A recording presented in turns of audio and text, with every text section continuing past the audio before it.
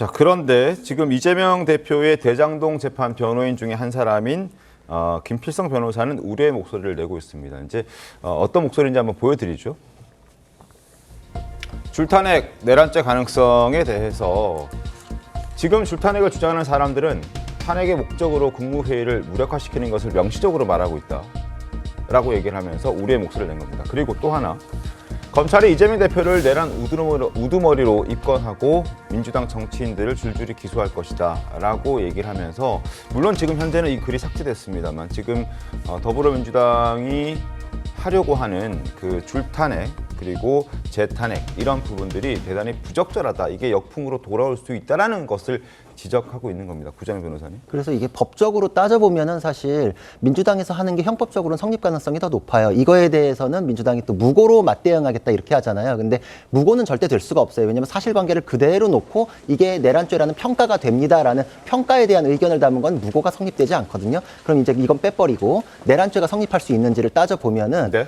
예전에 신군부의 내란 행위가 처벌됐던 판례가 있거든요. 여기서 비상계엄의 전국 확대 조치라는 것이 최광의의 협박에 해당하므로 법에 따른 절차를 밟았더라도 그것은 내란죄의 최광의의 협박 그리고 그게 폭동에 해당된다라는 판례가 있습니다. 그러니까 아하. 그 판례에 따르면은 비상계엄의 전국 확대 조치라는 포고령을 발표를 해요. 네. 그것이 그 내용상으로 국무위원들의 어떤 권한 행사를 배제하는 내용이 되어 있고, 그것이 법에 따른 조치더라도 결국은 국무위원들에 대해서 강압이 된다. 국가 기능의 권능 행사가 그거에 의해서 일시적으로라도 불능이 되었으므로 내란죄가 성립한다라고 했어요. 그 판례에 따라서 한 것이기 때문에 무슨 정치 공세에 불과하고 법적으로 전혀 성립하지 않는다.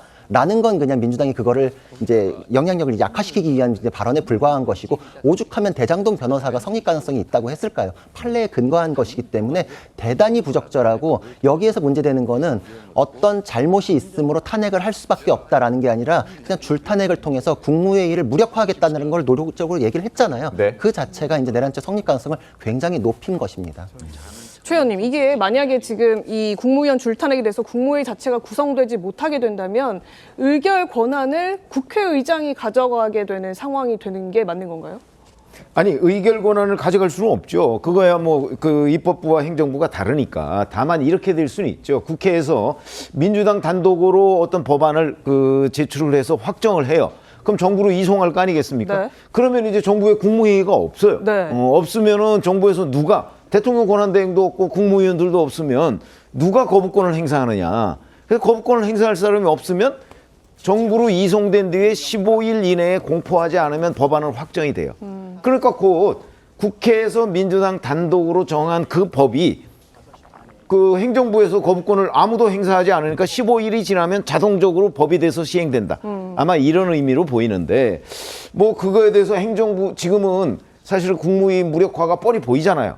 저런 거를 민주당에서 계속 시행을 한다면. 그런데 정부가 국무회의 무력화를 그냥 가만히 놔둘 수는 없는 거 아니겠어요? 그거야말로 직무유기죠. 그러니까 아마 국무회의의 뭐 의사정족수나 의결정족수나 이런 부분은 대통령령으로 가능해요.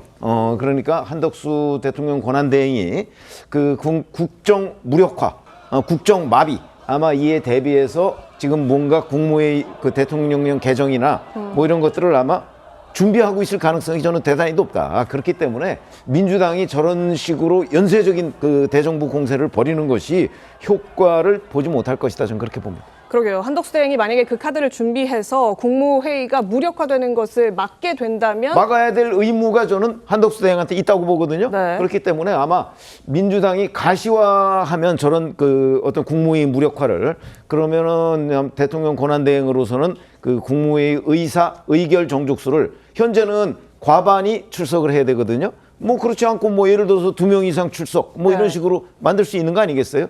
그런 대책들이 나올 것이다. 이런 얘기죠.